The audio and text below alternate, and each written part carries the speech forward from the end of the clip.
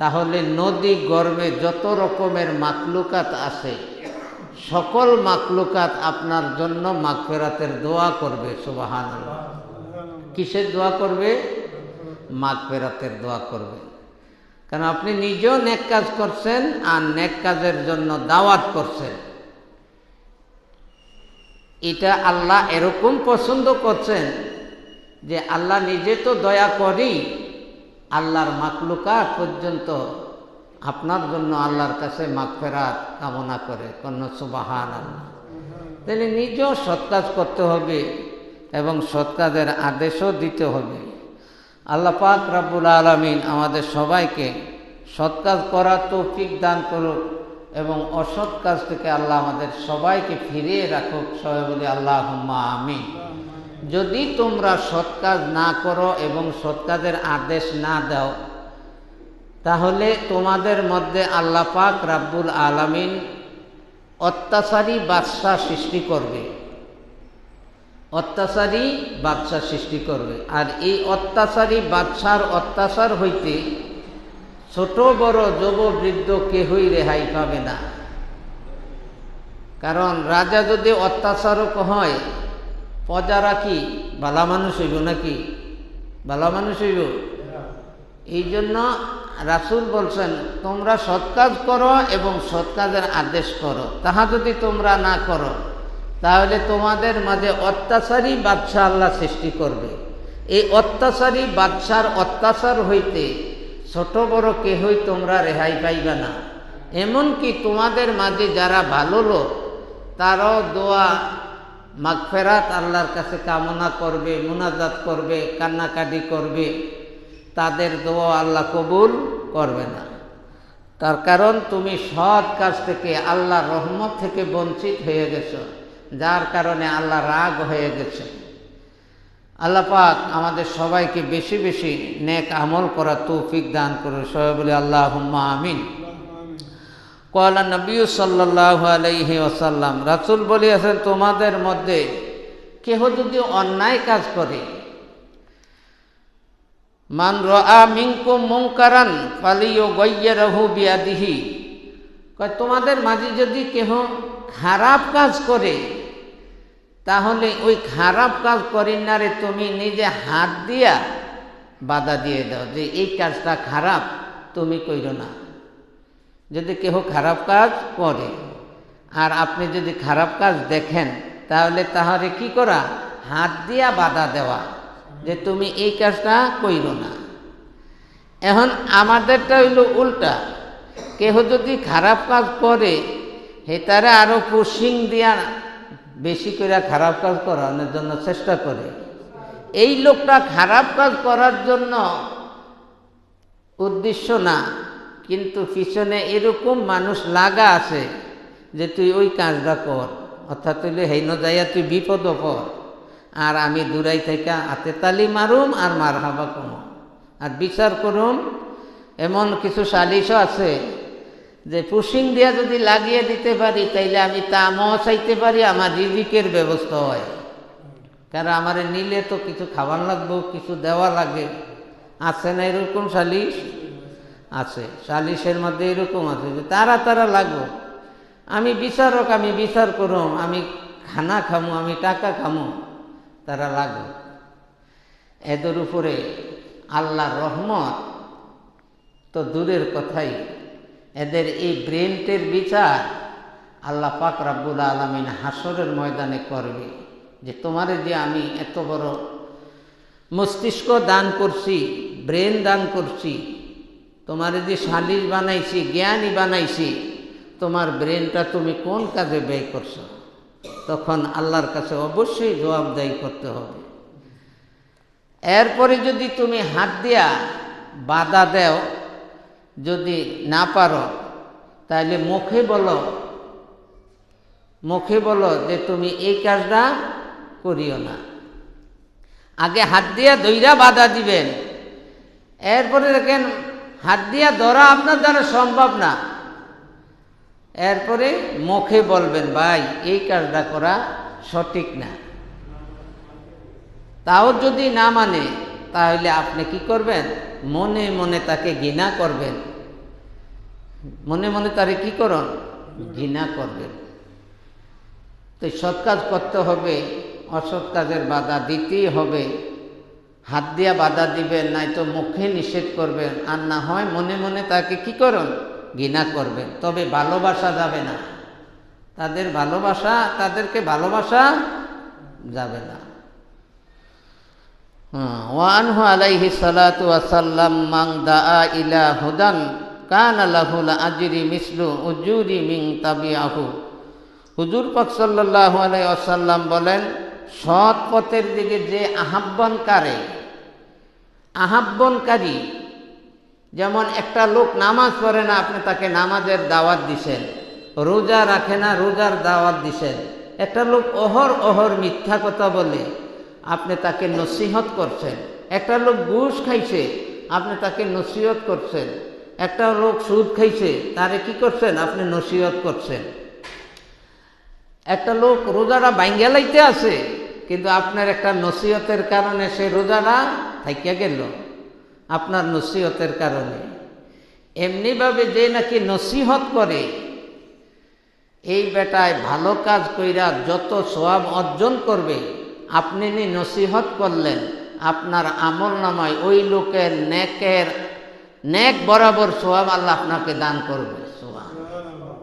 এই লোকে নামাজ পড়া যা সওয়াব ইনকাম করছে, আপনি যে তারে নামাজে পাঠাইছেন, আপনি ঠিক নামাজের সমান সওয়াব আপনার আমল নামায় দেওয়া হয়েছে। কারণ আলহামদুলিল্লাহ, রোজাটা ভাঙ্গা লাইতো, আপনার উপদেশ শোনার পরে সে রোজাটা রাইখা লাইছে। এই রোজাটা রাইখা যতটুক সওয়াব হইছে, আপনি এই নসিহত করার কারণে আপনার আমল নামার ভিতরে এতটুক সওয়াবই হয়েছে।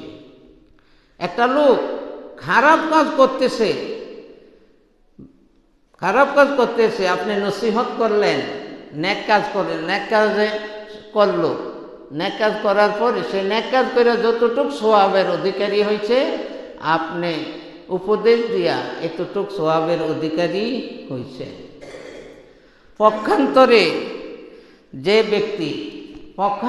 যে ব্যক্তি গুনাহ কাজ করে এবং গুনার জন্য উৎসাহিত করে, ওই ব্যক্তি গুনাহ কইরা যেই বদ কামাইছে, আপনি যে উৎসাহিত কইরা দিছেন, আপনার আমল নামার ভিতরে এই লোকটা বদের সমপরিমাণ গুনাহ আপনার আমল নামার ভিতরে দেওয়া হবে।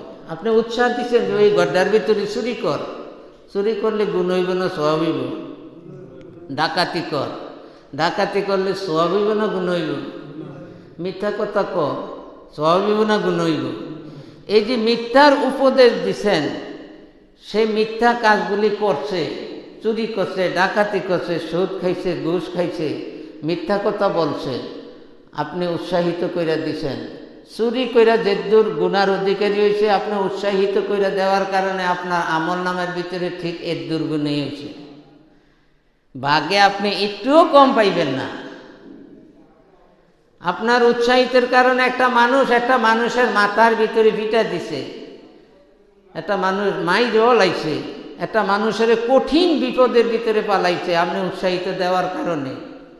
এই মানুষটা কঠিন বিপদের ভিতরে পড়া, যেই গুণাগুলি হয়েছে, আপনার আমল নামার ভিতরে ঠিক এতটুক গুনাই কি দেওয়া হয়েছে। আল্লাহ পাক রাব্বুল আলামিন আমাদের সবাইকে বোঝার তৌফিক দান করে। সবাই বলি আল্লাহুম্মা আমিন।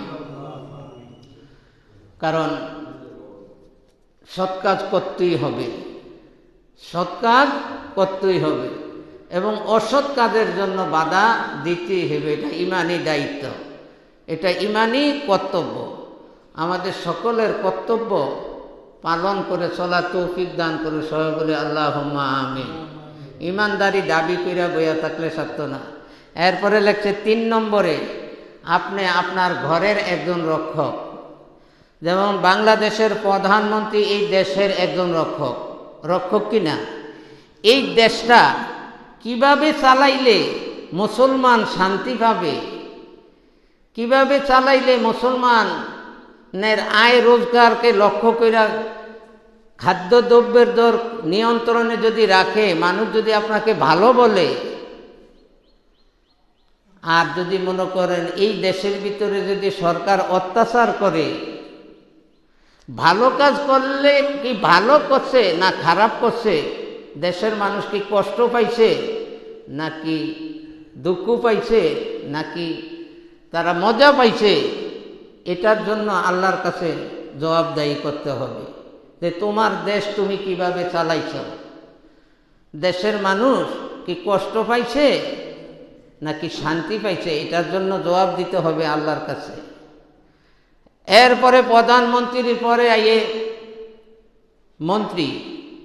মন্ত্রীর এরিয়ার ভিতরে মানুষগুলি কতটুক শান্তি পাইছে না অশান্তি পাইছে, ওনার এরিয়ার নর নারী সবার প্রতি আল্লাহ জিজ্ঞাসা করবে যে তুমি যে এই এরিয়ার মন্ত্রী আছিলা, তোমার এই এরিয়ার মানুষগুলি কি সুখে ছিল না দুঃখে ছিল, এটার জন্য আল্লাহর কাছে জবাবদাহি করতে হবে।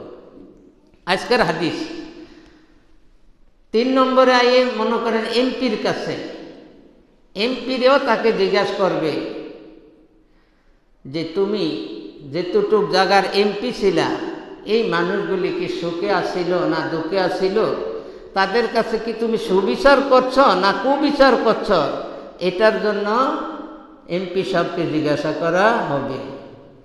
এরপরে আইব উপজেলা চেয়ারম্যানের কাছে, চেয়ারম্যানের সীমানা যতটুক পর্যন্ত তোমার এই সীমানের মানুষের কি শান্তি ছিল না অশান্তি ছিল, তাদের উপর কি ন্যায় বিচার করছো না অন্যায় করছো, এটার জন্য জবাব দাও। আল্লাহ হাসরের মাঠে জিজ্ঞাসা করবে। এভাবে চেয়ারম্যানেরও জিজ্ঞাসা করবে, মেম্বারেরও জিজ্ঞাসা করবে, মসজিদ কমিটির সভাপতিরও জিজ্ঞাসা করবে, মসজিদের ইমামেরও জিজ্ঞাসা করবে, আল্লাহ পাক সেক্রেটারিরও জিজ্ঞাসা করবে যে তুমি যে মসজিদ কমিটির একটা সেক্রেটারি আছিল, তুমি সেক্রেটারির দায়িত্ব কিরকম পালন করছো, এই সভাপতি সাহেব তুমি কিরকম পালন করছো মসজিদের খেদমত, তোমার দ্বারা উন্নয়নের কাজ কেমন হয়েছে, কি সমাজের ভালো হয়েছে না খারাপ হয়েছে, ক্ষতি হয়েছে নাকি ভালো হয়েছে, এটা আল্লাহ দেখে কিনা। তারপর আল্লাহ জিজ্ঞাসা করবে আসরের মাঠে সভাপতি সাহেবরে, সেক্রেটারি সাহেবরাও জিজ্ঞাসা করবে এই মসজিদের ব্যাপারে, সমাজের ব্যাপারে।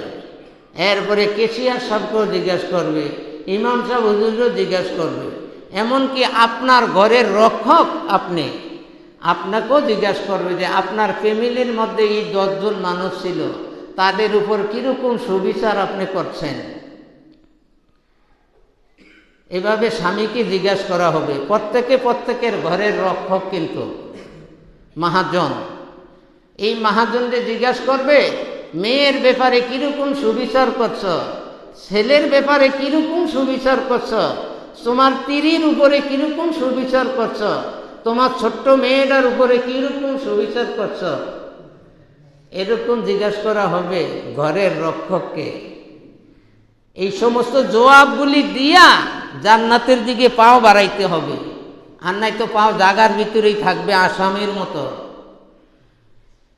এরপরে জিজ্ঞাসা করবে ঘরের রক্ষিকাকে জিজ্ঞাসা করবে তুমি যে তোমার স্বামীর ঘর করছ, তোমার স্বামীর সব কিছু আনামত তোমার কাছে দিয়ে গেছে, যত দূরে যাইয়া পয়সা করি রুজি কইরা আইয়া তোমার হাতে দিছে, আর এই বাড়ির এই ঘরের রক্ষিকা তোমারে বানাইছো, তুমি স্বামীর সংসারের এই মালপত্র কি কাজে লাগাইছো, তোমার দ্বারা কোনো ক্ষতি হয়েছে কি না, এই স্বামীর সংসারের ব্যাপারে এই রক্ষিকাকে জিজ্ঞাসা করবে। কেউ সারতে পারবে না আল্লাহর কাছে, সবারই জিজ্ঞাসা করবে। একটা পদ নিয়ে বইয়া রইলাম, পদের যে দায়িত্ব আছে, দায়িত্ব কিছুই পালন করলাম না, ইমামতির দায়িত্ব নিয়ে বইলাম, 1 মাস চাকরি করো, মাসে 10,000 টাকা নিব, যদি মাসের ভিতরে 15 দিন হুজুরে বাইক দিয়ে ইচ্ছা করে বইয়া তাহে, 1 সপ্তাহ বইয়া তাহে, তাহলে এই টাকাটা হুজুরের জন্য হালাল হইবনি? হইব হালাল? আমি তো আপনার কাছে 1 মাস চাকরি করে নিব এখন 10,000 টাকা, কথা ঠিক কিনা? হ্যাঁ, তো আমি যদি মনে করেন 10 দিন যাইয়া বইয়া তাহি বাড়িতে, হালাল হইব পয়সাটা খাওয়া হালাল হইব? হালাল হইতো না। দান, এই তো দানের সিজন আইছে। 40 কেজি কিনছেন 800 টাকা দিয়া, মাপনের সময় কিনা মাইপা লইয়া গেছেন 540 কেজি, এটা কি হালাল হইব? তো এরকম প্রত্যেকটা ব্যাপারে মানুষকে জিজ্ঞাসা করা হবে, আল্লাহর কাছে আল্লাহ জিজ্ঞাসা করবে যে প্রত্যেকটা কাজের জবাব দাও, জবাব দিয়ে তুমি সামনে আগাও। কথা বুঝছেননি আপনারা? তো এরকম প্রত্যেকের নিজ নিজ ঘরের রক্ষক, ইনসাফটা ঠিক মতো আদায় করতে, বাহের হক মারে দেওয়া যাইতো না, মার হক বাহিরে দেওয়া যাইতো না, বোনের হক বাইরে দেওয়া যাইতো না, বাইয়ের হক বোনেরে দিতে পারতেন না। এই মসজিদের হক মসজিদেই থাকতে হবে, মসজিদের হকটা মাদ্রাসার ভিতরে লাগাইতে পারতেন না, মাদ্রাসার হকটা মসজিদের ভিতরে লাগাইতে পারতেন না। গরিব কাঙ্গালের হকটা মসজিদে ফানা নাই, এটা দেওয়া দুরুস্তিই হইতো না।